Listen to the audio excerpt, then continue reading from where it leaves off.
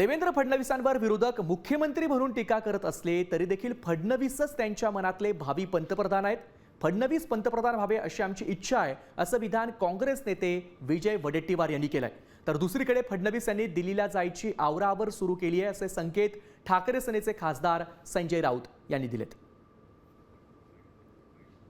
मुख्यमंत्री झाले तिसऱ्यांदा आहेत, त्यामुळे स्वाभाविक आहे सिनियर नेते असतील, त्यांच्या संदर्भात भारतीय जनता पक्षानं कोणाला कुठे घ्यावं हा त्यांचा प्रश्न आहे। आणि आम्हाला इच्छा आहे की ते पंतप्रधान 29च्या आतमध्ये व्हावेत। 29 नंतर तर काही संधी नाही, त्यामुळं आमची ती इच्छा आहे। पण ते झालं पाहिजेत, व्हावेत मराठी माणूस एकदा तरी। पण ते काय थांबवतील, केवढी एवढ्यावरतीच त्यांना मर्यादित ठेवतील की याच्या पुढं नेतील, ते आता पुढे आम्ही आपल्या सगळ्यांना बघायला मिळणारच आहे। देवेंद्र फडणवीस आवराआवर करत आहे।